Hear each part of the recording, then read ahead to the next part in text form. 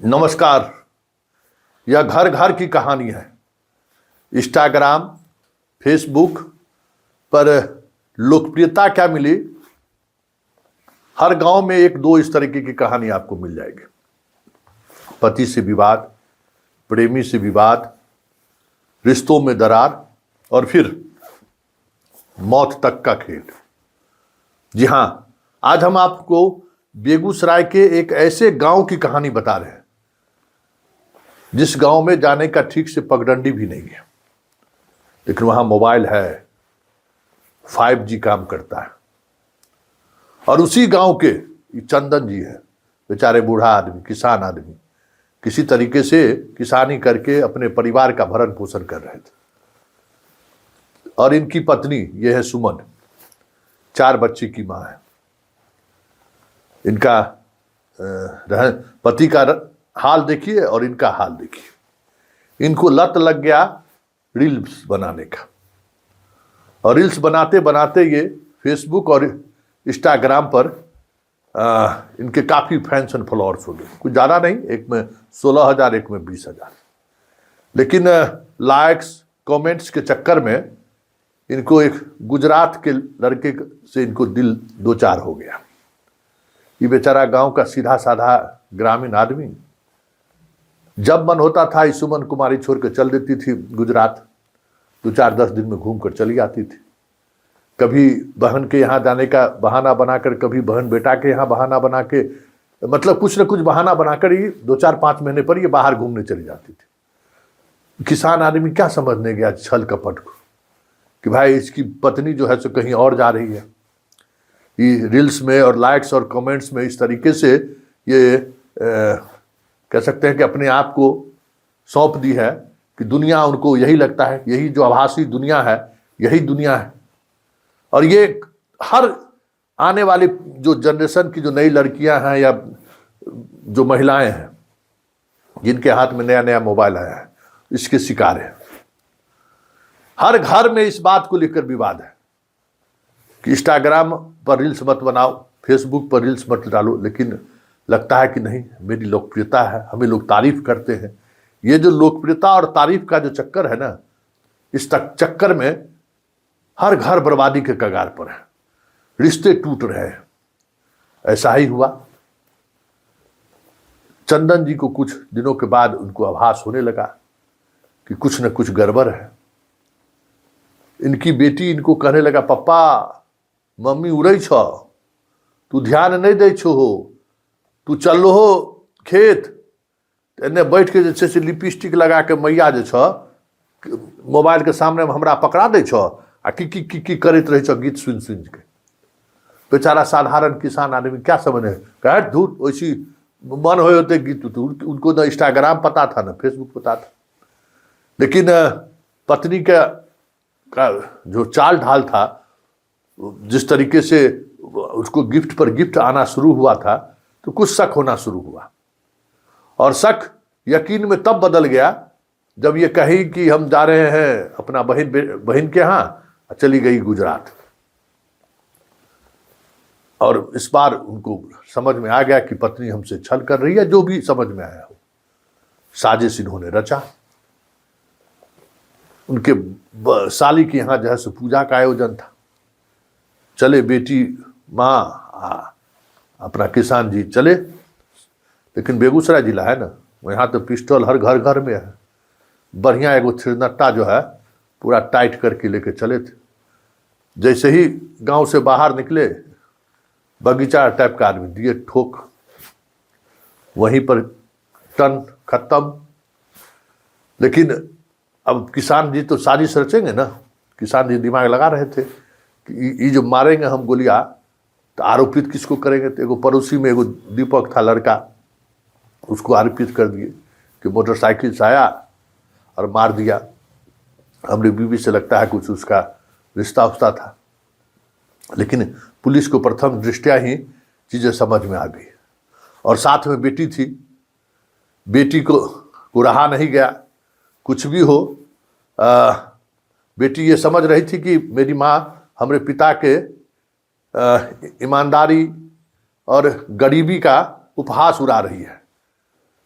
पापा के साथ वो छल कर रही है, लेकिन वो ये नहीं समझ रही थी कि उसकी सजा पापा इस तरीके से दे देंगे।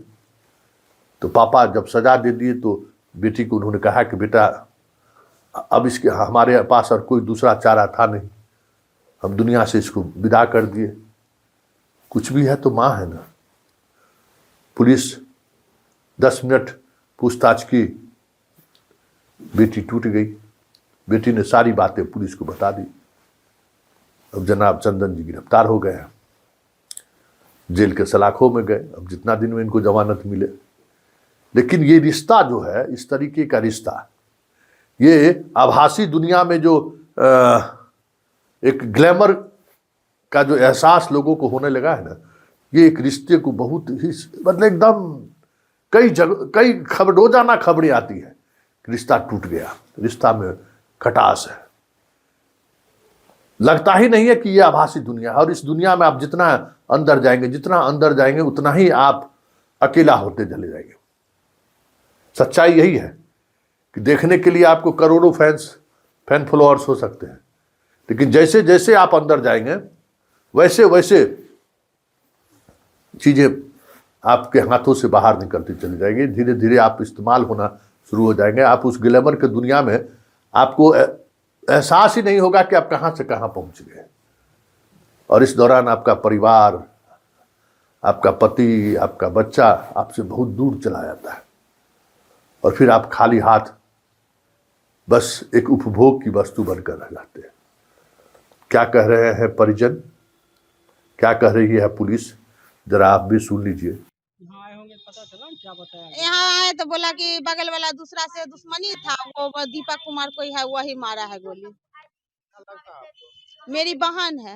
लग- अब होगा तो चंदने का प्लान न होगा, सब मिल के किया होगा वहाँ पर के। कितने साल पहले शादी हुई थी? शादी का हो गया 16 साल। चंदन कौन है? चंदन उसका हस्बैंड है।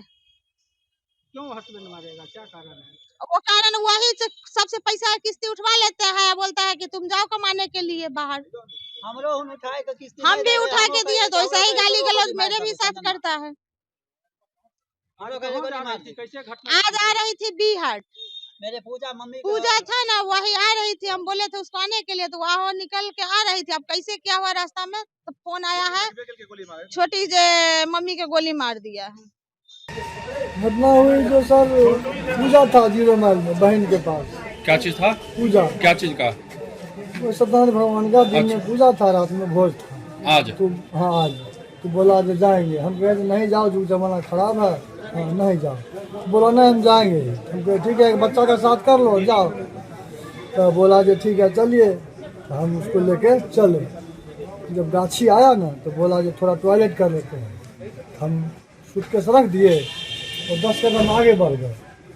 10 कदम आगे बढ़े, उसी तरह उधर से बाइक आया, 2 बाइक आया और आवाज़ करना शुरू कर दिया। एक आवाज़ जब सुने ना, तो हम बेटी का हाथ पकड़े और भागे। बेटी बोला जो पापा दीपक अंकल आ गए, दीपक अंकल आ गए। हम कहली भाग नहीं, तब तोरो मार देते। बेटी का हाथ पकड़ के हम अपना बरम थान की तरफ भागे और वो मार्केट की तरफ निकल गए। प्याज क्षेत्र ओपी के अंतर्गत एक रघुनंदनपुर गांव है, वहाँ पे महिला के गोली मारने की सूचना मिली थी। उनको मृत्यु हो चुकी है, अभी लोग हॉस्पिटल है। क्या लगता है सर? प्रथम दृष्टया तो गोली से ही मृत्यु। अभी पोस्टमार्टम के बाद बहुत सारा क्लियर होगा। मामला सर क्या है, कुछ पता चला? तो पूर्व से बता रहे हैं लोग कि विवाद था, उस संबंध में अभी अनुसंधान के बाद ही और जानकारी देता है। नहीं, अभी पूरा तरह से क्लियर नहीं है। मृतक की पहचान हुई है, सुमन देवी नाम है पति का नाम। लेकिन इस तरीके की घटनाएं लगातार बढ़ती जा रही है। ऐसे में समाज को भी और परिवार में भी इस पर चर्चा होनी चाहिए कि ये जो रील्स है ना, ये आने वाले समय में आपके जीवन के लिए एक ऐसी चुनौती होगी जो आपका जीवन सत्यानाश कर सकता है, आपका परिवार को बर्बाद कर सकता है। इसलिए ये आभासी दुनिया हम लोगों के लिए नहीं है। ये आभासी दुनिया के जो ख्याल में जीने वाले लोग हैं ना, उनको जीने दीजिए। उसकी लोकप्रियता पर मत जाइए, वो खोखली लोकप्रियता है। वो सब कुछ गंवा के उस लोकप्रियता को हासिल करती है, और जब वो वहाँ पहुँच जाती है तो उसके पास खोने के लिए भी कुछ नहीं बचता है। कुछ होता है, कुछ रहे तब उन्हें महसूस होता है कि हमने तो सब कुछ लुटा के आज हम इस शोहरत की दुनिया में यहाँ पहुँचे हैं जहाँ मेरा अपना कोई नहीं है। सुनिए क्या हुआ, कैसे हुआ, परिवार के सदस्य से लेके एसपी तक का क्या बयान है, जरा आप भी सुनिए। घटना तियाय ओपी अंतर्गत हुई थी।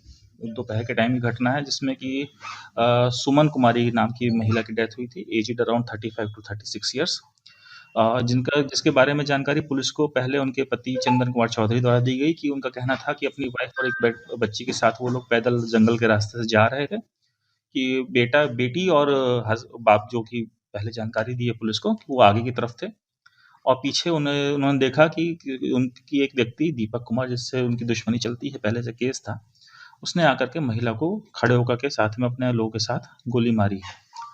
पीओ का विजिट किया गया, एफएसएल टीम बुलाई गई, टाइमलाइंस का अध्ययन करते हुए तकनीकी एवं मानवीय अनुसंधानों पर जानकारी जुटाने के बाद में सभी एंगल्स पे पूछताछ की गई। पूछताछ के क्रम में ही जो प्रथम पहले सूचनादाता लग रहे थे उन पे ही संदेह हुआ।